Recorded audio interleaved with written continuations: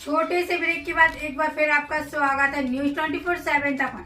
मैं हूं आपके साथ निशा नामदेव। आइए रुक करते इस वक्त की बड़ी खबर की ओर।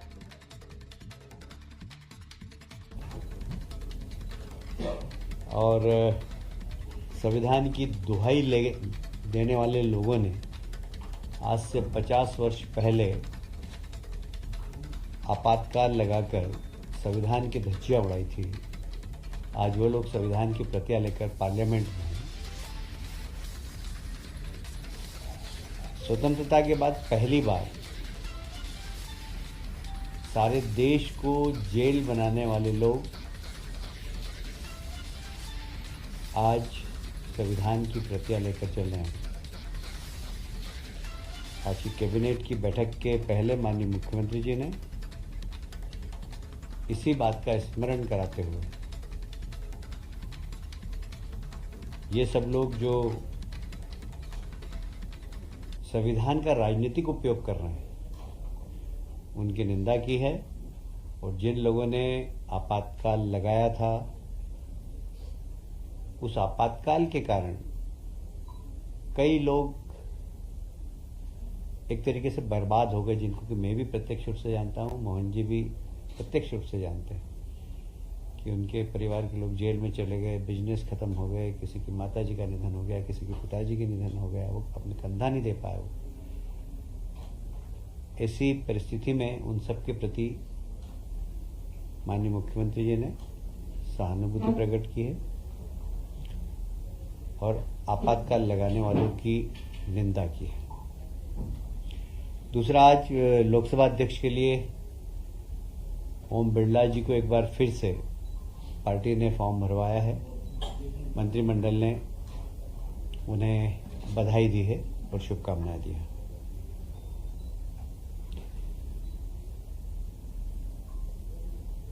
जेल सुधार गृह है वो, उसमें और कैसे सुविधाएं बढ़ाई जाए और वहां रहने वाले बंदियों को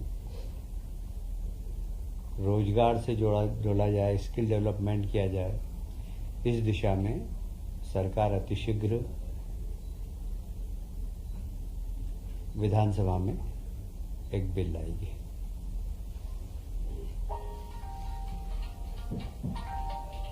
एक बहुत ही महत्वपूर्ण निर्णय हुआ है जिसमें हमारे एग्रीकल्चर से पास आउट नौजवानों को रोजगार भी मिलेगा।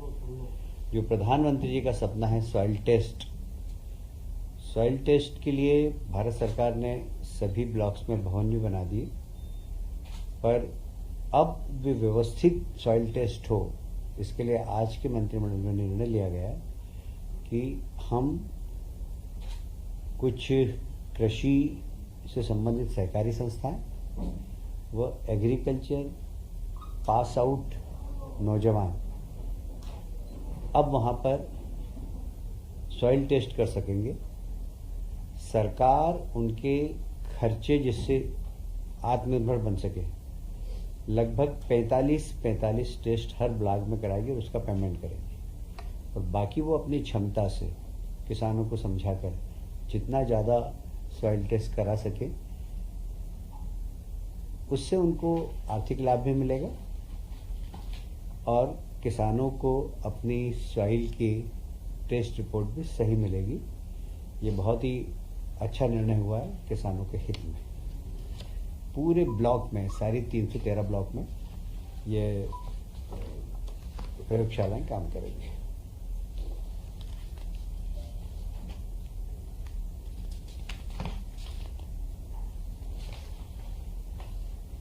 अभी तक वृक्षारोपण के लिए सीएसआर के माध्यम से 10 हेक्टेयर जमीन पर ही सीएसआर के माध्यम से पेड़ लगाए जा सकते थे, जिससे कई छोटे दानदाता उससे चूक जाते थे।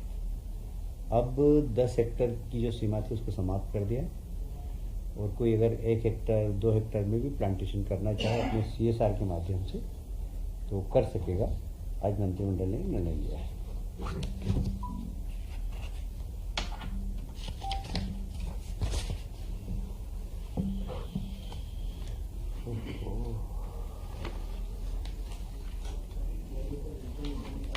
एक और महत्वपूर्ण निर्णय है कि मध्य प्रदेश में जितने भी सैनिक स्कूल हैं, तो मध्य प्रदेश सरकार उन्हें स्कॉलरशिप प्रदान करती है।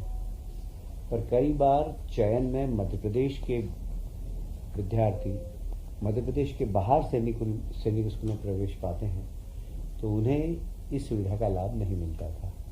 आज मंत्रिमंडल ने निर्णय लिया है कि ऐसे मध्य प्रदेश के चयनित सैनिक स्कूल के विद्यार्थी जो मध्य प्रदेश के बाहर पढ़ रहे हैं, उन्हें भी मध्य प्रदेश की सरकार स्कॉलरशिप प्रदान करेगी।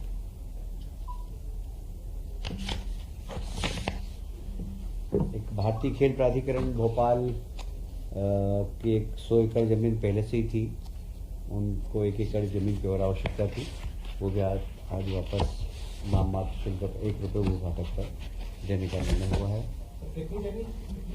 1 एकड़ 100 एकड़ तो पहले से दे चुके हैं। अभी तक रेल की जितनी परियोजनाएं मध्य प्रदेश में बनती थी, उसकी मॉनिटरिंग का काम, उनके साथ सहभागिता का काम परिवहन विभाग देखता है। आज एक महत्वपूर्ण निर्णय लिया है, ये जवाबदारी अब लोक निर्माण विभाग की होगी। रेल परियोजनाएं जितनी भी मध्य प्रदेश में आएगी, उनके समन्वय का काम अब लोक निर्माण विभाग करेगा।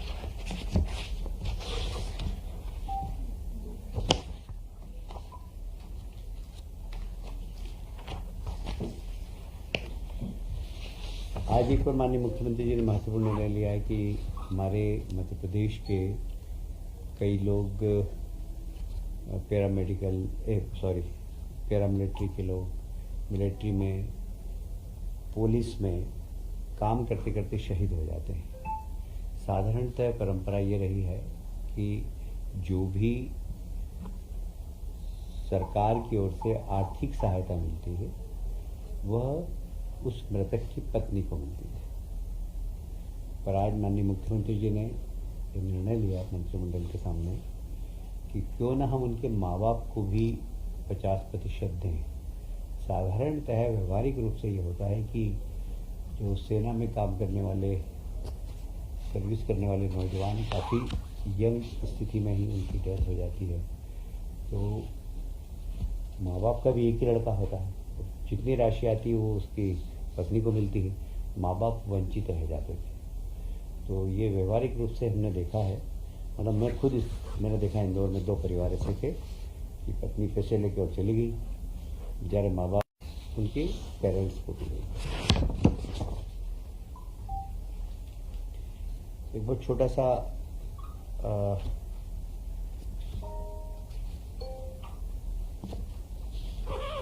भारतीय चुनाव आयोग ने जब चुनाव के पहले चुनाव प्रचार समाप्त हो जाता है 48 घंटे तक, तो साधारणतया राजनीतिक दलों को विज्ञापन देने की,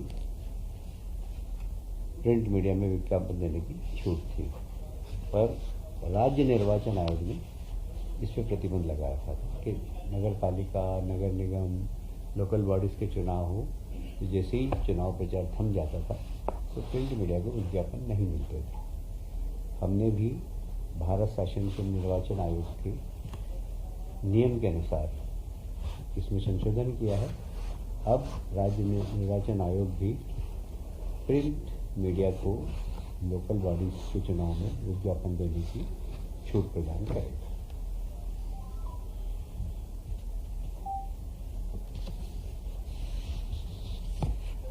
पहले चुनाव डायरेक्ट होते थे नगर पालिका, नगर पंचायत के। पिछली बार निर्णय लिया गया था कि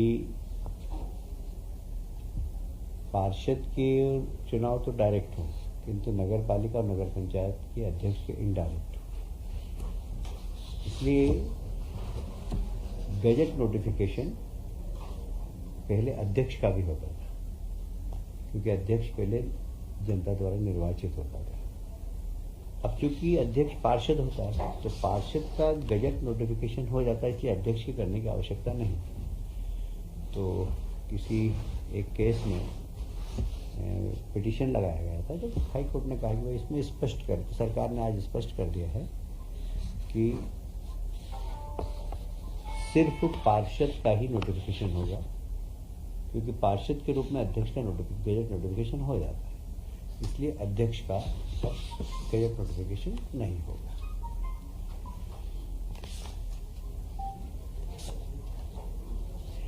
आज एक और महत्वपूर्ण निर्णय लिया। आज हमारे यशस्वी मुख्यमंत्री डॉक्टर मोहन यादव जी ने मंत्रिमंडल के सामने एक सुझाव दिया कि जो मंत्रिमंडल के सदस्यों को वेतन भत्ता मिलता है उस पे लगने वाला इनकम टैक्स राज्य सरकार भरती थी।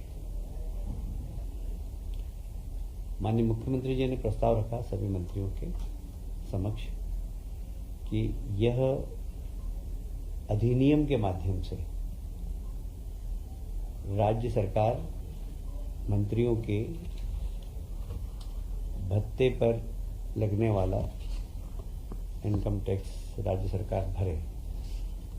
आज मंत्रिमंडल ने निर्णय लिया कि इस अधिनियम की कंडिका को हम समाप्त कर देंगे और सारे मंत्रीगण जो मिलने वाला भत्ता है उसका इनकम टैक्स स्वयं भरेंगे।